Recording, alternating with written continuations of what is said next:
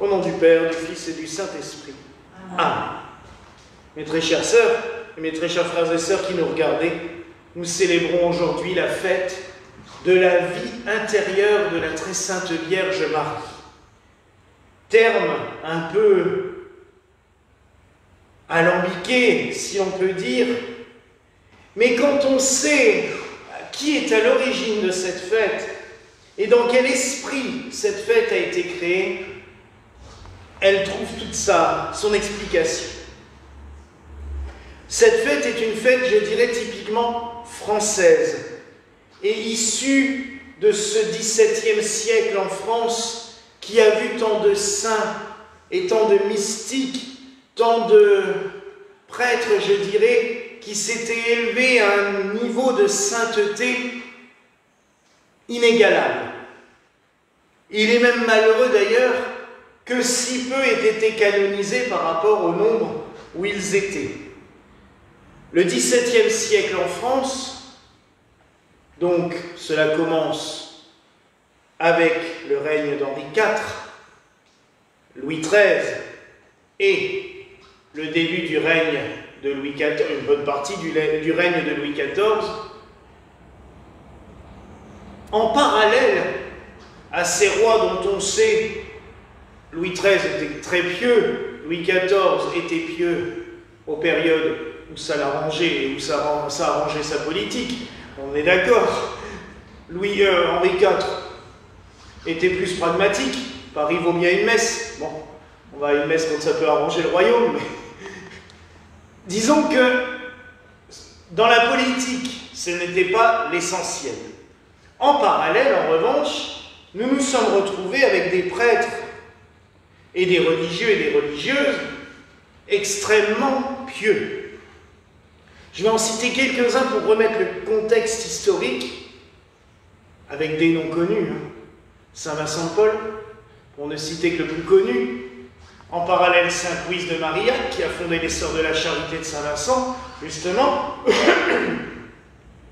Il y a le frère Fiacre, qui était un religieux de Notre-Dame des Victoires, qui a eu de grandes visions mystiques, qui ont permis d'ailleurs d'établir le pèlerinage de Notre-Dame des Victoires, mais aussi de faire connaître avec un grand rayonnement le pèlerinage de Cotignac.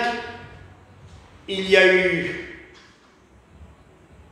le cardinal de Bérulle, il y a eu M. Condren, et celui qui nous intéresse aujourd'hui, c'est M. Jean-Jacques Ollier, qu'on appelait tout simplement M. Ollier, comme Saint Vincent de Paul était appelé tout au long de sa vie, M. Vincent. À l'époque, monsieur n'était pas rébarbatif, et un prêtre ne se vexait pas quand on l'appelait monsieur. Maintenant, quand on nous appelle monsieur, des fois on grimace un peu, parce que c'est se mettre... Alors que monsieur, à l'époque, avait encore ce sens de monseigneur, c'est-à-dire quelqu'un d'un petit peu important, et du coup, on ne donnait pas du monsieur à n'importe qui qu'on croisait dans la rue. Quand on disait monsieur Vincent ou monsieur Ollier, c'était parce qu'on avait une estime toute particulière. Et monsieur Ollier a créé, en suivant un petit peu ce qu'avait fait Saint Vincent de Paul, puisque Saint Vincent de Paul a créé les pères lazaristes, monsieur Ollier a créé les messieurs de Saint-Sulpice. Tout simplement parce qu'il était curé de la paroisse Saint-Sulpice de Paris, cette église gigantesque qu'on connaît maintenant, mais qui était beaucoup plus modeste à l'origine. Et ces communautés ont été créées parce que, jusque-là, il faut bien se rendre compte que les prêtres avaient une formation équivalente à 0, voire un peu plus, qu'ils ne comprenaient pas un mot les trois quarts du temps de ce qu'ils récitaient à la messe. On leur apprenait la prononciation du latin, mais on ne leur apprenait pas la traduction. Ben oui, parce que les prêtres étaient formés, je dirais, de maître à disciple. C'est-à-dire, comme je le fais avec le frère Antoine, mais le frère Antoine reçoit quand même une bonne éducation. Si le prêtre le futur prêtre se retrouvait avec un prêtre qui était lui-même un peu ignorant, eh ben, la culture n'allait pas loin. Il n'y avait pas encore les séminaires. Le premier à avoir eu l'idée de mettre des jeunes hommes ensemble pour apprendre et avoir une formation cléricale, c'est Saint Vincent de Paul. En plus de s'occuper des pauvres, il s'est occupé aussi de ce côté-là. Celui qui a suivi, c'est Monsieur Ollier. Il a créé la maison des prêtres de Saint-Sulpice, où ils se sont formés pastoralement, c'est-à-dire à gérer des paroisses, à prêcher, à comprendre ce qu'ils célébraient, ce qui n'était pas du luxe, mais aussi, et ça c'est un point énorme chez Monsieur Ollier, se former à avoir une vie spirituelle. C'est-à-dire pas juste faire sa messe tous les jours et réciter ses vêpres ou son bréviaire un peu à la va-vite en disant... Parce qu'on l'a déjà vu, hein. Des fois quand on récite en latin, ça peut aller très vite. Hein. Dixit Dominus Domino Mevet, c'est pas le but. Lui, il voulait que c'est là que ça grandisse, que le cœur s'ouvre. Et du coup, il les a orientés sur une vie spirituelle très forte, une vie intérieure. Et il leur a donné deux modèles, les plus beaux qui puissent exister, le Christ et la Très Sainte Vierge Marie. Pour le Christ, il les a tout simplement poussés à l'imiter le plus possible. Je ne vais pas revenir sur l'imitation de Jésus-Christ, pas le livre, hein, mais puisque nous en avons allègrement parlé dimanche avec le vœu de miséricorde. Pour moi, c'est le meilleur moyen d'imiter le Christ. Il n'y a pas à tortiller, je dirais. Et là, c'est pratiquement et spirituellement aussi. Mais il a quand même fait instaurer, il a eu l'autorisation dans sa communauté, cette fête s'est répandue après par la suite, de créer la fête de la vie intérieure de Jésus-Christ, qui a commencé à se diffuser, qui a été célébrée. Et en parallèle, il a fait établir la fête d'aujourd'hui, le 12 avril, la vie intérieure de la Très Sainte Vierge Marie. Il a fait dessiner le tableau que nous avons devant nous, donc de la Très Sainte Vierge Marie en prière, les mains croisées, qui veut dire en offrande, elle s'offre à son Dieu, et au-dessus de ses mains, il y a l'Esprit Saint. C'est tout l'évangile d'aujourd'hui. Marie qui dit à l'ange qu'il me soit fait selon sa parole. Et l'Esprit Saint vient sur elle. Là, nous avons tout. Et je suis content de voir célébrer cette fête aujourd'hui, vu que je n'ai pas pu célébrer l'Annonciation qui a été transférée le 8 avril à cause de mon hospitalisation. Ça me permet de parler quand même un petit peu de cette fête. Car c'est ce jour-là que tout s'est joué. Même si Marie était préparée depuis toujours, même si elle avait été conçue, préservée du péché, tel que nous le célébrons à l'Immaculée Conception, c'est ce jour-là que quelque chose s'est produit de manière extraordinaire. L'Esprit Saint viendra sur toi, et la puissance du Très-Haut te couvrira de son ombre. Dieu est venu habiter en elle ce jour-là. Et c'est pour cela que dans les plus anciennes coutumes, la messe de l'Annonciation était célébrée à minuit, comme la messe de Noël, déjà pour tomber pile 9 mois avant la fête de Noël, mais aussi pour se rappeler, parce que la tradition veut que l'ange soit apparu en pleine nuit à la Vierge Marie. Donc c'est le moment crucial de toute l'histoire du salut. Et à partir de ce moment-là, Marie a reçu Dieu en elle. Et il a vécu en elle. Et on en vient à cette magnifique prière de Jean-Jacques Ollier. « Ô Jésus vivant en Marie, demeurez et vivez en votre serviteur. » C'est tout à fait cela. Et c'est à ça que nous devons tendre tout au long de notre vie, c'est que la Très Sainte Vierge Marie soit un modèle.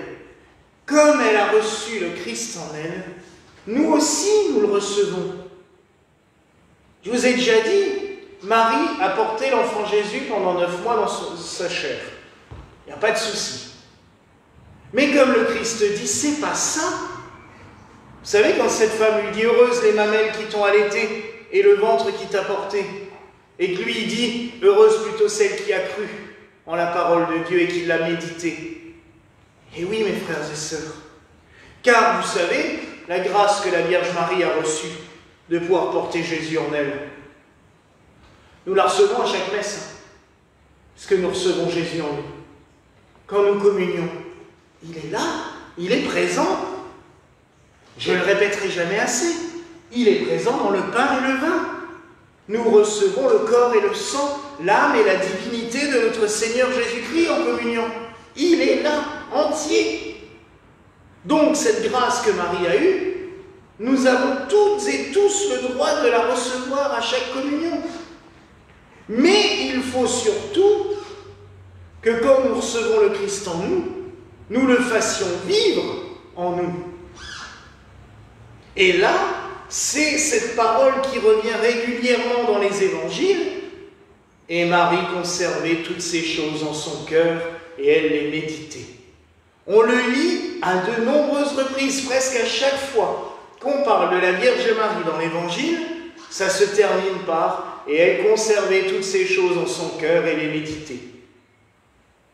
Car oui, mes frères et sœurs, il ne s'agit pas seulement de recevoir le Christ, mais de le faire vivre en nous, par la prière, par la méditation, par l'exemple. On n'a jamais vu Marie rejeter qui que ce soit dans les évangiles, et même depuis. Moi, franchement, s'il y a la première chose, et je l'ai toujours dit, quand il y a eu des apparitions de la Vierge, où la Vierge commençait par condamner telle ou telle classe de personnes, ou telle action, je me disais, il y a un problème. La Vierge ne condamne jamais. Et toutes les apparitions qui ont été reconnues, elle a un message d'accueil, d'ouverture, jamais de rejet. Des fois, elle nous met en garde en disant, attention, si vous continuez sur cette voie, vous allez vous perdre vous. Mais elle ne dit pas, arrière Satan, vous dégagez parce que ce que vous faites ne me plaît pas. Jamais. La Vierge Marie, elle a reçu le Seigneur en elle, elle ne va pas aller faire le contraire de ce que le Christ fait. Et nous, elle doit nous servir de modèle. Alors oui, c'est difficile. Oui, c'est très compliqué. Je prends un exemple tout bête. Quand son fils a été crucifié, elle ne s'est pas révoltée, elle ne s'est pas mise à leur crier dessus aux Romains ou à leur lancer des cailloux. Elle aurait fini crucifiée avec son fils, de toute façon, ou lapidée. Bon. Nous, on devrait arriver à faire pareil aussi. Quand on commence à nous enquiquiner, on devrait aussi pouvoir faire ça et dire, oui, ça me passe par-dessus la tête. Mais c'est pas toujours facile.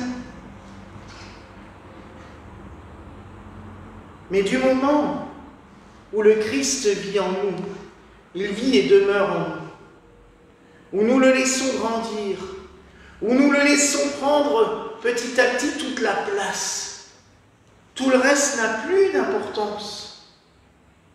On peut baver sur nous, on s'en fout. On peut nous faire du mal, on s'en fout. On peut se retrouver avec des soucis matériels, ben oui. Advienne que pourra, je dirais. Parce que Christ vit en nous. Il demeure en nous. Comme il l'a fait dans la très sainte Vierge Marie. Quand elle a accouché de son fils. Ça a dû être... On connaît... J'ai deux mamans ici. Il y a ce vide quand l'enfant naît. Bon, après, des fois, il squatte beaucoup, donc le vide devrait... Mais il y a ce vide. Mais Marie a comblé ce vide par la présence de son Fils en permanence.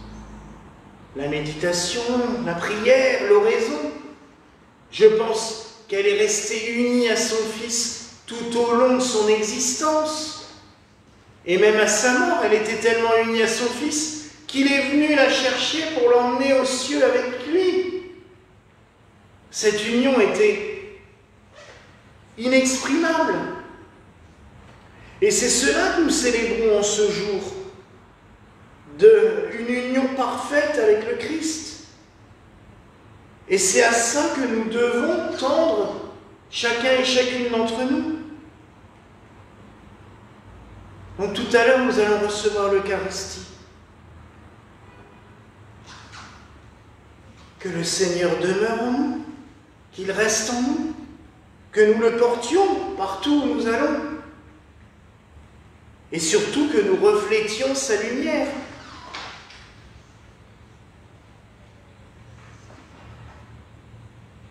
L'oraison du jour dit une chose magnifique.